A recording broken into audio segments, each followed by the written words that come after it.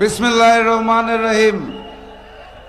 11 দলীয় নির্বাচনী ঐক্য ও বাংলাদেশ জামাত ইসলামী আয়োজিত আজকের এই নির্বাচনী সমাবেশের সম্মানিত সভাপতি, মঞ্চে উপবিষ্ট আমাদের ঐক্যবদ্ধ বাংলাদেশের রূপকার, আমাদের রাহবার আমিরে জামাত ডাক্তার শফিকুর রহমান, মঞ্চে উপবিষ্ট 11 দলীয় নির্বাচনী ঐক্যের সর্বস্তরের নেতৃবৃন্দ, আমার সামনে উপস্থিত প্রিয় মিডিয়ার ভাইরা এবং নাটোরের প্রাণপ্রিয় এলাকাবাসী, আসসালামু আলাইকুম।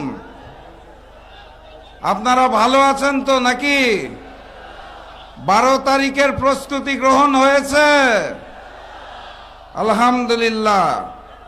আপনারা জানেন এই 12 তারিখে একটা নতুন যুদ্ধ হতে যাচ্ছে, যেই যুদ্ধের মাধ্যমে বাংলাদেশের মানুষ নির্ধারণ করবে আগামী বাংলাদেশ কোন পথে যাবে। সেই মানবিক বাংলাদেশ গড়ার জন্য ডাক্তার শফিকুর রহমানের নেতৃত্বে আমরা 11টি দল যখন ঐক্যবদ্ধ হয়েছি, যখন এক হয়েছি, তখন প্রতিপক্ষ হিসেবে আমরা দেখতে পেয়েছি ভারতের সামনে দস্তখত করে লন্ডন থেকে আসা এক মুফতির নেতৃত্বে বামপন্থী বিএনপি।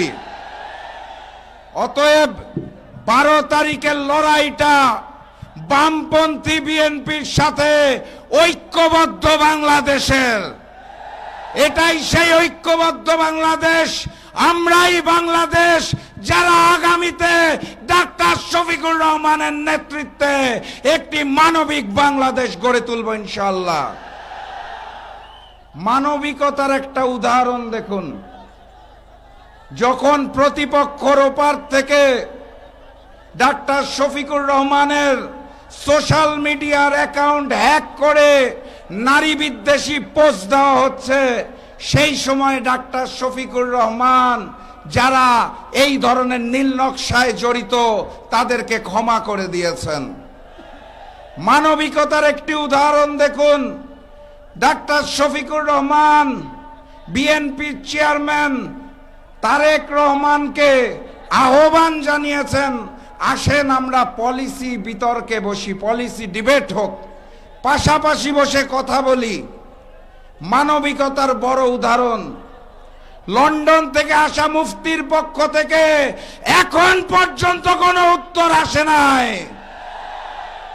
আমি আমার জায়গা থেকে মনে করি লন্ডনের মুফতিকে যদি বিতর্ক করতে হয়, এই মঞ্চে শিবিরের সভাপতি বসে আছে, তার সাথে আগে একটা প্র্যাকটিস ম্যাচ হওয়া উচিত। এর আগে ডাক্তার শফিকুর রহমানের সাথে বসলে যেই সকল অলীক স্বপ্ন দেখাচ্ছেন সেইগুলার ব্যাখ্যা উনি দিতে পারবেন না। আপনারা ফ্যামিলি কার্ডের কথা শুনেছেন, অবাস্তব অলীক পরিকল্পনার কথা শুনেছেন। উনি 20,000 কিলোমিটার খাল খনন করতে চায় শুনেছেন, প্রতি বছর 5 কোটি গাছ লাগাতে চায় শুনেছেন, আমার দেশের যুবক ভাইদের পঙ্গু করে দেওয়ার জন্য বেকার ভাতা দিতে চায় শুনেছেন। বাস্তবতা হচ্ছে 20,000 কিলোমিটার খাল খনন করতে প্রতিদিন যেই পরিমাণ খাল খনন করতে হয়, 5 কোটি প্রতি বছর গাছ লাগানোর জন্য বাংলাদেশে যেই পরিমাণ জায়গার প্রয়োজন হয় সেটা আমাদের নাই। এখন লন্ডনের মুফতি ভারতের মানচিত্র সহ বাংলাদেশের মানচিত্র এক করে পরিকল্পনা দিচ্ছেন কিনা তা আমরা জানি না। কথাবার্তা পরিষ্কার। 12 তারিখ দুর্নীতিবাজ সন্ত্রাসী সংগঠন বিএনপিকে, নব্য ফ্যাসিস্টকে লাল কার্ড দেখাতে হবে। আপনারা প্রস্তুত আছেন? আগামী 12 তারিখ এই নাটোর জেলার 4টি আসন আগামীর প্রধানমন্ত্রী ডাক্তার শফিকুর রহমানকে উপহার দিতে হবে। ফলাফল হবে 4-0, 4টা গোল। পারবেন তো দিতে? আর সেই ভোটের আগে আরো একখানা ভোট আছে, গণভোট। মনে আছে? গণভোটে গণভোটে গণভোটে সংগ্রামী সাথী এবং বন্ধুগণ, আমাদের সামনে ট্রান্সপারেন্সি ইন্টারন্যাশনাল বাংলাদেশের একটি রিপোর্ট এসে পৌঁছেছে।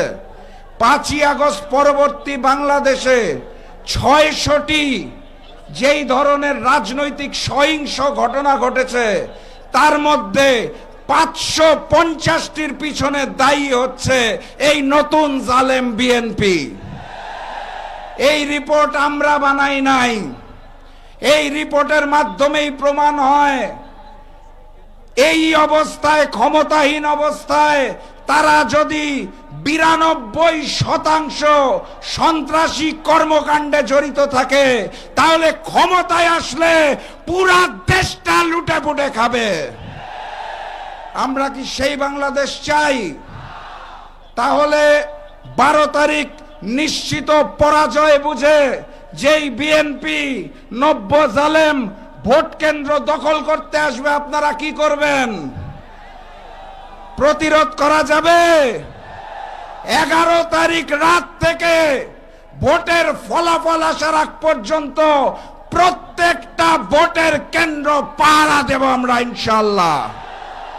তিতুমিরের বাঁশের কেল্লার মতো প্রয়োজনে একটা করে বাঁশ হাতে রাখবেন।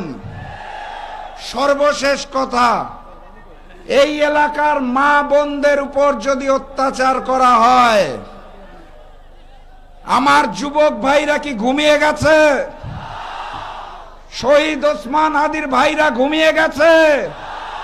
মা বোনের ইজ্জতের দিকে যারা তাকাবে, ওখানেই তাদের কালো হাত ভেঙে গুড়িয়ে দেবেন। মামলা করতে হলে বলে দেবেন হুকুম দিয়েছে রাশেদ প্রধান, আমাদের কোনো দায় নাই। মামলার দায় আমি নিলাম, মা বোনের ইজ্জত নিয়ে ছিনিমিনি খেলা যাবে না। আবারও দেখা হবে, আবারও কথা হবে। বিজয় মিছিল ইনশাআল্লাহ 12 তারিখ আমরা একসাথে করব সারা বাংলাদেশে।